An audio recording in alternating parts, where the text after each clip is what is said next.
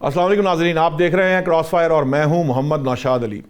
जो इतलात हैं कि इसराइल के अंदर बहुत से तैयारे जो हैं वो ये असलहा और साजो सामान लेकर उतर चुके हैं मुख्तलिफ अड्डों पर इसराइल के, जिससे ये भी वाज़ेह होता है कि बाकी किसी जगह पर यानी मिडल ईस्ट के जो अड्डे हैं वहाँ पर से उन्हें ईरान पर हमला करने की इजाज़त अब नहीं रही जो पहले थी।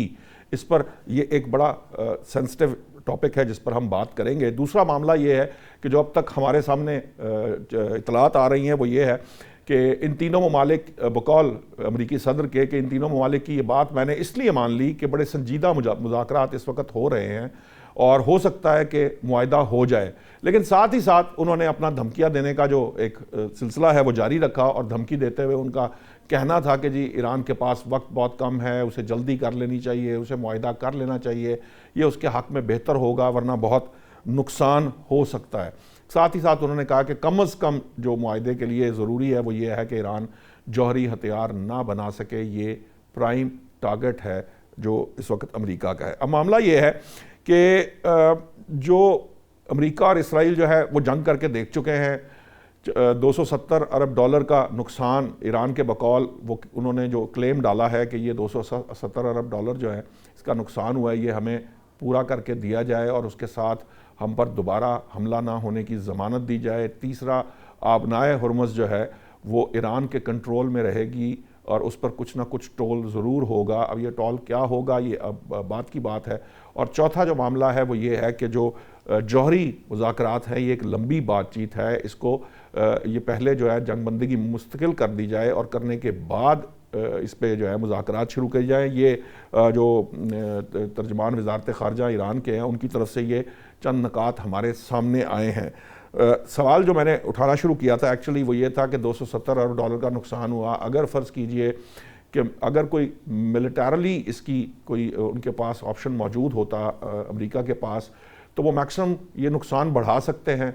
अगर नुकसान करके अहदाफ पूरे होने होते तो क्या ये अहदाफ पहले पूरे ना हो चुके होते, बल्कि उन अहदाफ में जो एक अहदाफ रजीम चेंज था वो बिल्कुल ही ख़त्म इसलिए हो गया कि जब अमेरिका और इसराइल हमलावर हुए ईरान पर तो वहाँ की जो आवाम है, वहाँ के जो आवाम है वो अपने इस मौजूदा रजीम के पीछे आ खड़े हुए।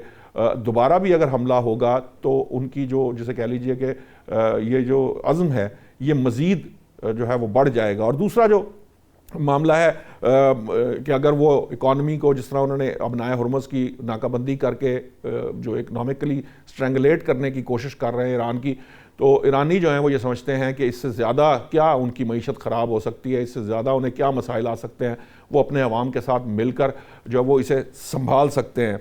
अब मामला ये है कि ये जो ईरान पर हमला करने की धमकी है एक्चुअली ये काबिल अमल है। जो सबसे बड़ा, क्योंकि चीन के दौरे से वापस आए तो आते साथ उन्होंने सलामती कौंसिल का इजलास भी किया और वहाँ पर ये बात भी हुई और दोबारा भी इस हफ्ते एक और इजलास होगा जिसमें फ़ैसला हो सकता है। तो इन तमाम मामलात पर बात करने के लिए मुझे ज्वाइन किया मियाँ सनाउल्लाह साहब ने, साबिक सफ़ीर हैं, एयर वाइस मार्शल साजिद हबीब साहब दिफाई तजिया निगार हैं, अमजद इकबाल साहब हमारे सीनियर दोस्त हैं, जर्नलिस्ट हैं। मैं सबसे पहले मियाँ साहब आपके पास आना चाहूँगा।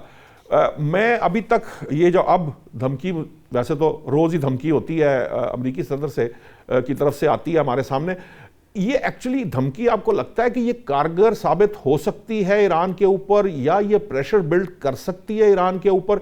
क्योंकि अब तो ये मजाक बनता चला जा रहा है कि रोज़ ये कहना कि जी आपके पास वक्त नहीं है, आप कुछ कर लें, होता हुआ कुछ भी नहीं है। और अगर हो भी जाए, एक ये अगरचे कि वो इसकी जैसे कह लीजिए कि इसको कंडेम ही किया जाना चाहिए, ये नहीं होना चाहिए, इंसानी ज़िंदगी बहुत कीमती है, लेकिन अगर हो भी जाएगा तो क्या ज़्यादा से ज़्यादा कुछ नुकसान और कर लेंगे? ईरानी जो हैं इस चीज़ से मरूब होंगे?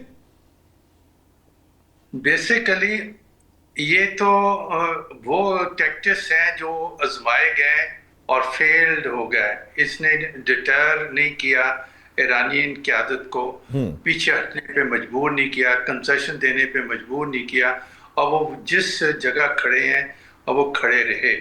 तो उससे तो चाहिए कि थोड़ा सा सबक सीखते और थोड़ी सी लचक दिखाते और अपनी गुफ्तगू जारी रखते, लेकिन उसके बरअक्स इनकी धमकियों की वजह से ईरानी क़यादत भी बहुत सख्त मौक़िफ़ इख्तियार कर चुकी है और वो उससे पीछे हटने को तैयार नहीं। उनके जो 5 पॉइंट्स जिसका जिक्र आपने किया है वो जो आए हैं, जी उसमें तो अमेरिका के लिए बहुत मुश्किल होगा कि पांचों के पांचों निकात को वो इसी तरह मनोअन एक्सेप्ट कर ले, और ये फिर उसकी बहुत बड़ी है ना अज़मियत होगी।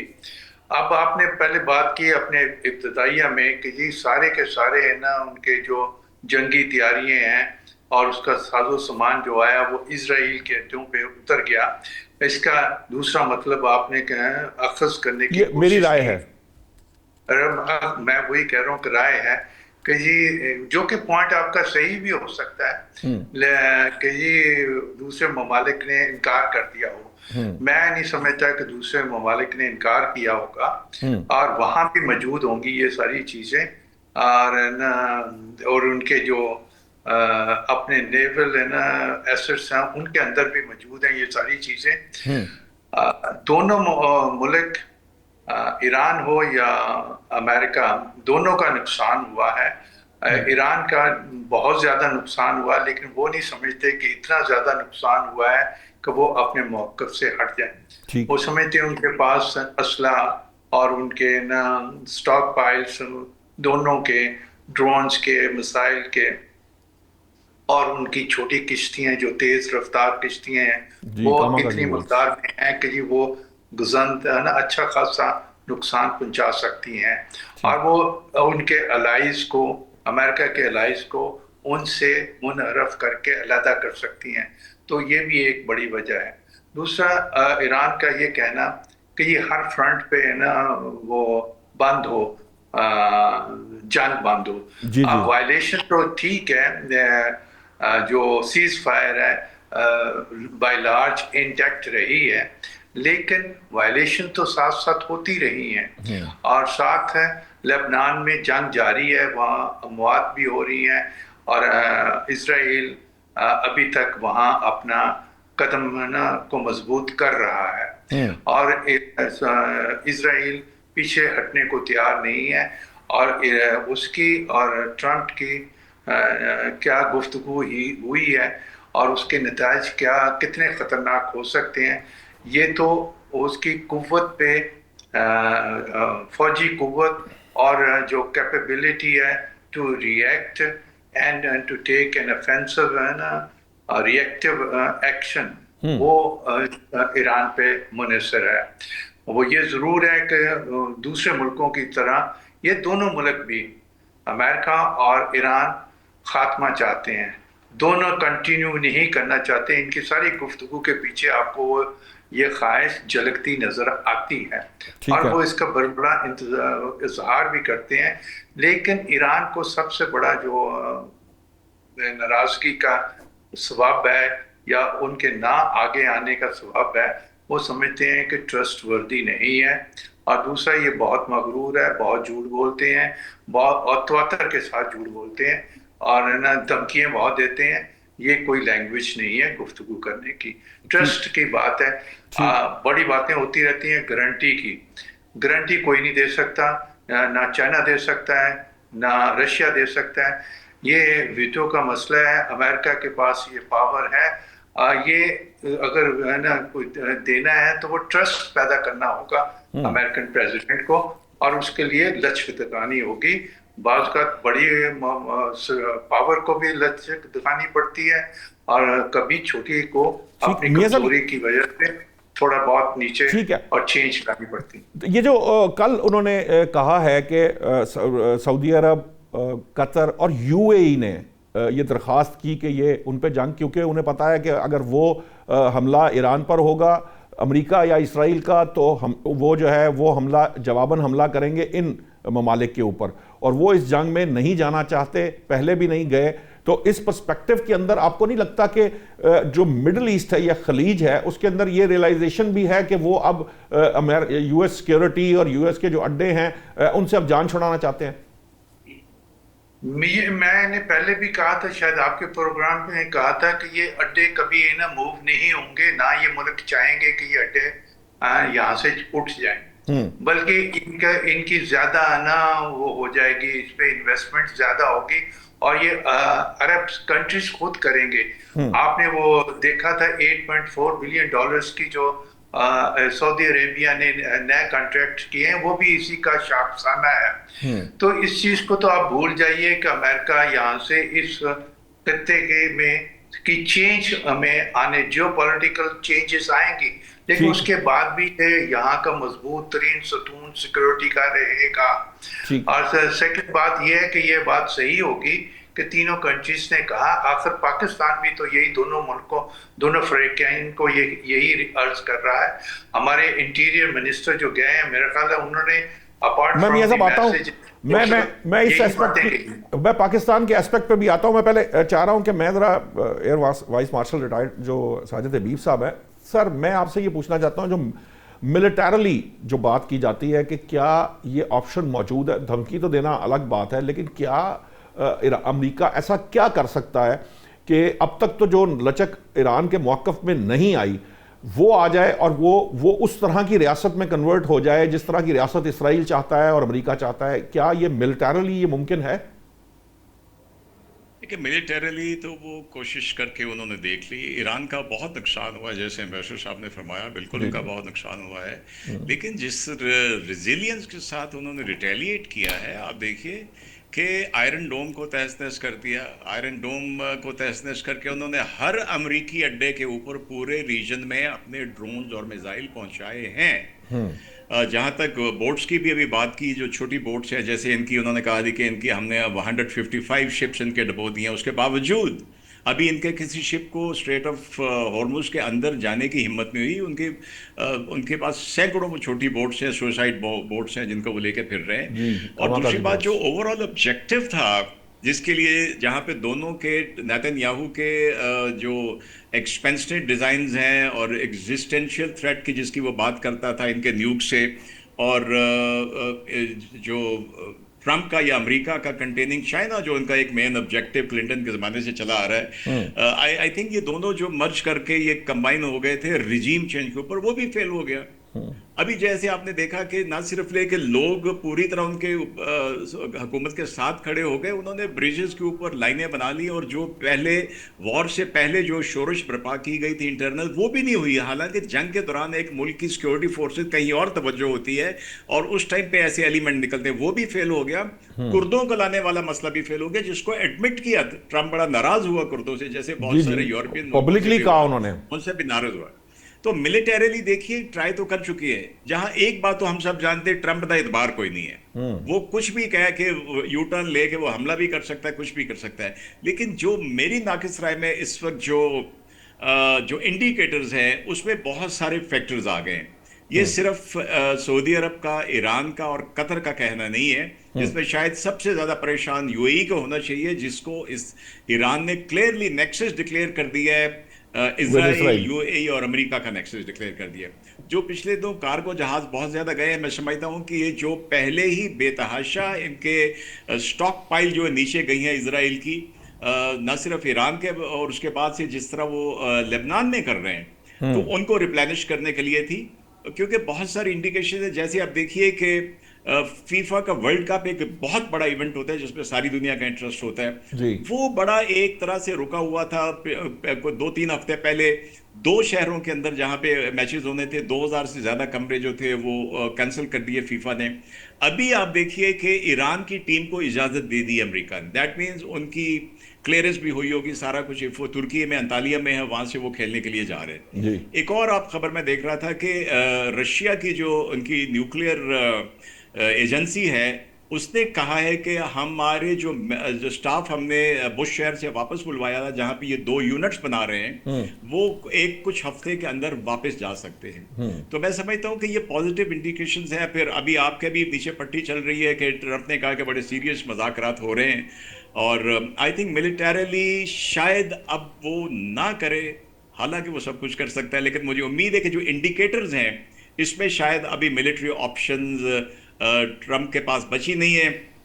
वो चाइना भी गया था तो खाली हाथ वापस आया। इवन उसने 200 बोइंग जो खरीदने का कहा था कि चीन खरीद रहा है और उनके एग्रीकल्चर के इतने प्रोडक्ट खरीद रहा है, उसका भी चाइना ने ऑफिशियली कोई चीज उनमें से अनाउंस नहीं की है। जी, अभी आई तक थिंक नहीं। वो एक विक्ट्री की एक जिसको हम पोजीशन ऑफ विक्ट्री से जाना चाहता था, वो उसको वहां पे नहीं मिली। वहां से कोई एक्सेप्ट फॉर चीन ने कहा कि वो जंग जो नहीं होनी चाहिए थी उसको खत्म हो जाना चाहिए। ठीक। I think I see something positive against the wishes of Trump happening soon. ठीक ठीक है अमजद साहब, ये जो सफ़ीर साहब ने भी कहा, एवीएम साहब ने भी कहा, अब मुझे बात से ये मेरे दिमाग में ये ख्याल आया कहीं ऐसा तो नहीं कि इसराइल में जो असलहा पाइलअप हो रहा है वो एक्चुअली जो उनका असलहा डिप्लीट हो चुका है और वो जो लबनान के ख़िलाफ़ महाज खड़ा बनाया है ये उसकी हेल्प के लिए वो दिखा ईरान कर रहे हो, क्योंकि ईरान के ऊपर तो अब शायद ऑप्शन बड़ा मुश्किल सा मामला है ना, वो कर भी लेंगे तो क्या उसमें से निकलेगा?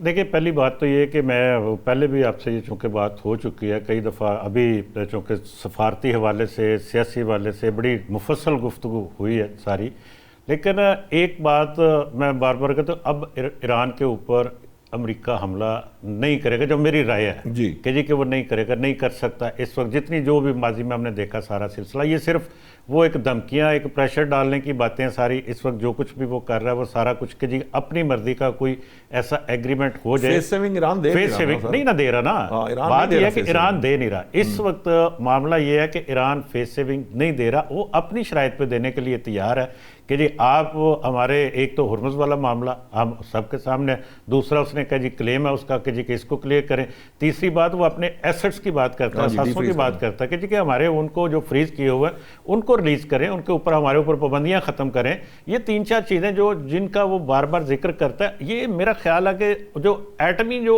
जब हम बात करते हैं कि जी कि उसकी यूरेनियम की, वो तो ईरान उसके ऊपर पहले दिन से एग्री है, वो तो बल्कि जंग शुरू होने से पहले वो कहता था हम एटमी हथियार नहीं बनाना चाहते।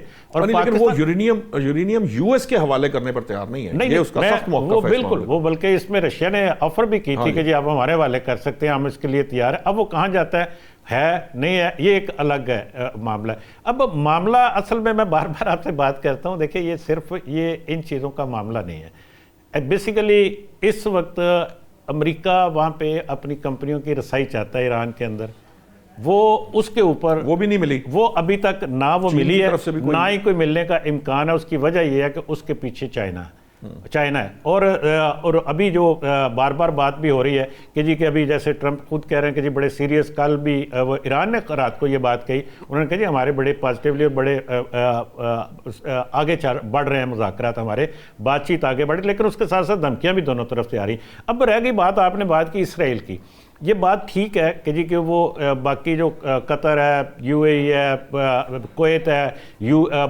और इराक है, वहाँ पे किसी जगह पे उसने असला डंप नहीं किया, लेकिन ये वहाँ पे लेके गए हैं इसराइल में। एक वजह तो ये है कि वो पहले जितना नुकसान हुआ ये सारे रसाई में है, रेंज में है ईरान की, और थोड़ा सा आप ये कह सकते हैं डिफेंस अभी उन्होंने वहाँ से लेके आए कोरिया से अपना डिफेंस सिस्टम यहाँ पे इसराइल में, और वो समझते हैं कि शायद इस वक्त इसराइल का डिफेंस बड़ा मजबूत है, इसलिए उन्होंने इस बार उसको अपना मरकज़ बनाया था, इस इरादे के साथ शो करने के लिए कि हम यहाँ से हमला करेंगे। लेकिन ये मेरी राय है इसमें हवाले से भी, मुझे तो यूँ लगता है कि ये भी उनकी एक और ब्लंडर है उनका कि वो एक जगह पर उन्होंने अपना सारा कुछ इकट्ठा कर लिया और वो ईरान की रेंज से बाहर भी नहीं है। सारा सिलसिला हमने देखा ना, तो वो बाहर नहीं है। अगर कोई ऐसी सूरत समझती है तो फिर एक तो ये कि जैसे बाकी मुल्कों ने हो सकता है इनकार भी कर दिया हो ना, सऊदी अरब ने तो खैर ये बार बार बात कर रहे हैं ना कि वहाँ पे चूँकि इस वक्त भी उनके जो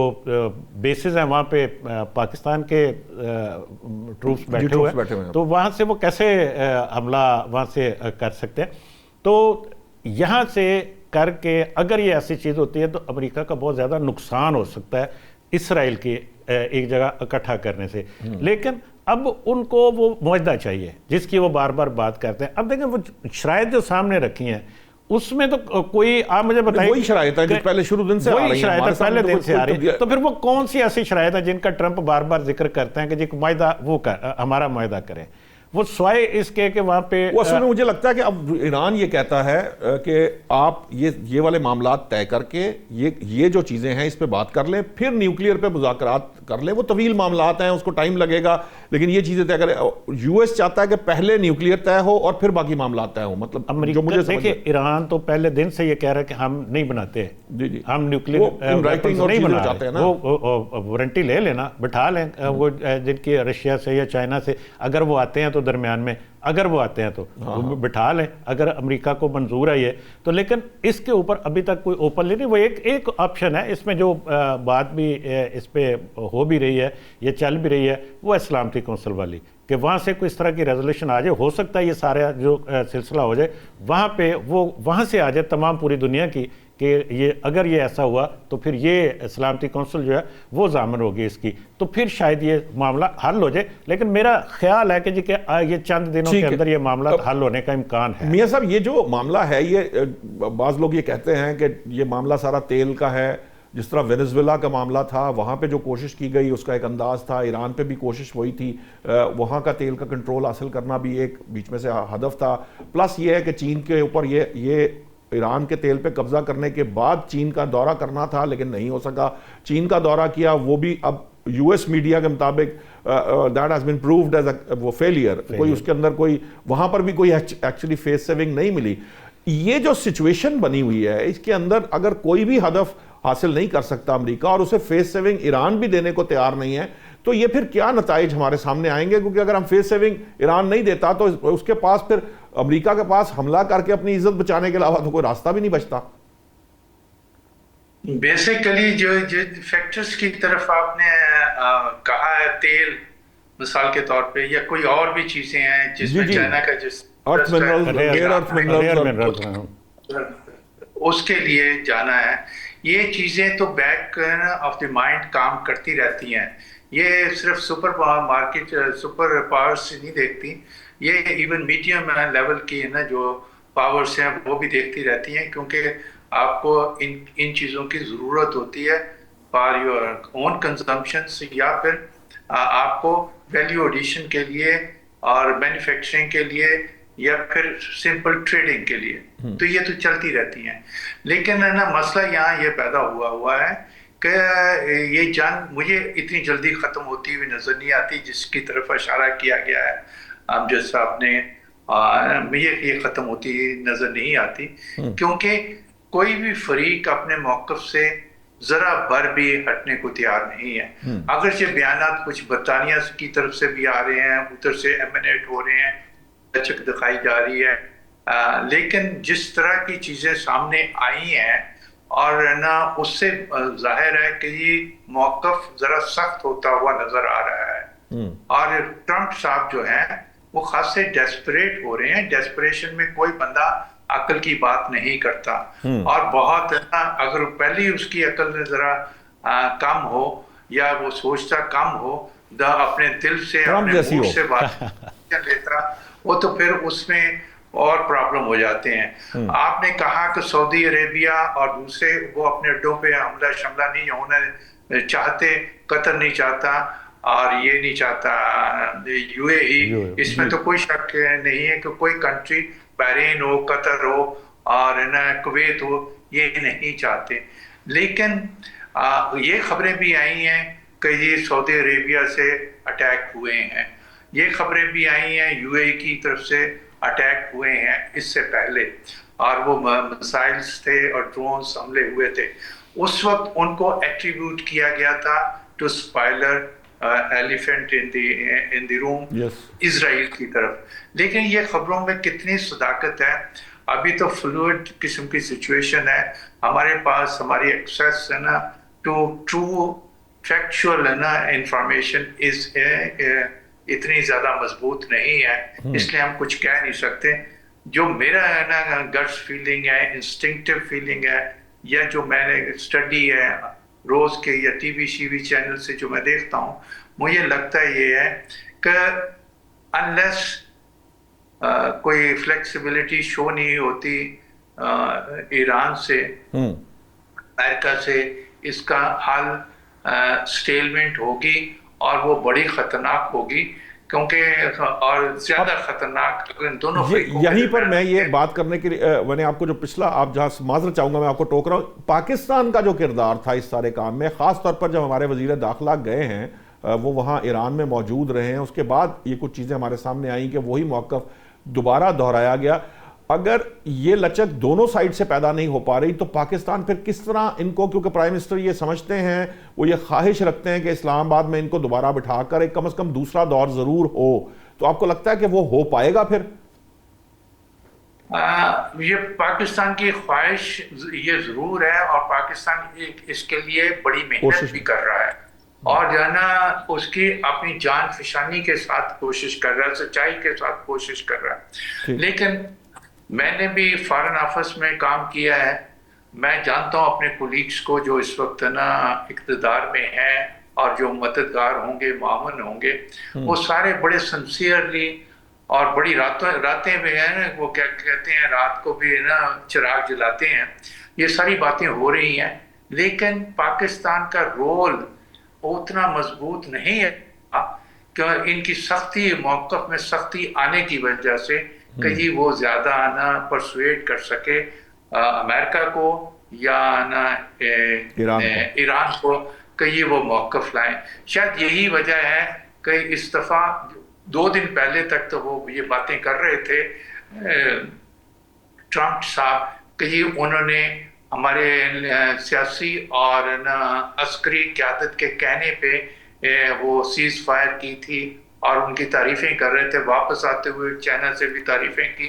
अब आपने जो जिक्र किया है कि उन्होंने कहा कि जी आज जो हमला करना था वो इन 3 कंट्रीज की वजह से नहीं किया गया, यानी पाकिस्तान का नाम नहीं लिया गया। तो ये एक लम्हा फिक्रिया है, आप इसको इस तनाजुर में देखें, जो बातें रूस के ना उसने कही है फॉरेन मिनिस्टर ने, और जो बातें वहाँ हुई हैं, क्या उसका नाम है, ब्रिक्स की ना कॉन्फ्रेंस के दौरान, और जिस तरह अराक्ची ने थोड़ी सी बेट दी है अगेन टू इंडिया कि जी आप ना इसमें सी पोर्ट में दोबारा से इन्वेस्ट कर सकते हैं।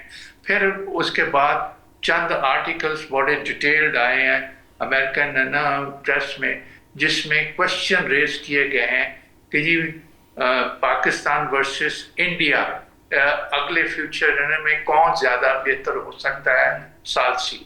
तो ये सारी चीजें ऐसी हैं कि पाकिस्तान को जरा वो हालांकि पाकिस्तान ने बहुत कोशिश कर रहा है, सारा कुछ है, दूसरी ताकतें इस वक्त ना वो हो गई हैं, मैदान में आ गई हैं कि पाकिस्तान को सालसी के तौर पे थोड़ा सा नीचे लाया जाए। होपफुली ये ऐसा नहीं हो पाएगा, क्योंकि हमारे ना कदम मजबूत हैं इसमें और हम मुखलिस हैं दोनों साइड पे, और हम कामयाब रहेंगे। हम जिस तरह ये पहले दोनों ताकतें कहती थी कि सेकंड है ना, और वो राउंड इस्लामाबाद में होगा, इंशाल्लाह इस्लामाबाद में ही होगा। ठीक है, मुझे ब्रेक का कहा जा रहा है, इसमें कोई शक नहीं। वैसे भी पाकिस्तान के अलावा शायद कोई दूसरा मुल्क इस पोजीशन में है ही नहीं कि वो दोनों फरीक, खास तौर पर अमेरिका और ईरान के दरमियान वो जैसे कह लीजिए ट्रस्ट इंजॉय करता हो जो इस वक्त पाकिस्तान इंजॉय करता है। AVM साहब से वापस आते हैं, जब ब्रेक से वापस आते हैं तो उनसे पूछते हैं कि जो पाकिस्तान की एफर्ट्स हैं वो किस हद तक जो है वो इसके अंदर अपना किरदार आने वाले टाइम के अंदर अदा करती हुई नजर आ रही हैं। अभी लेते हैं एक ब्रेक।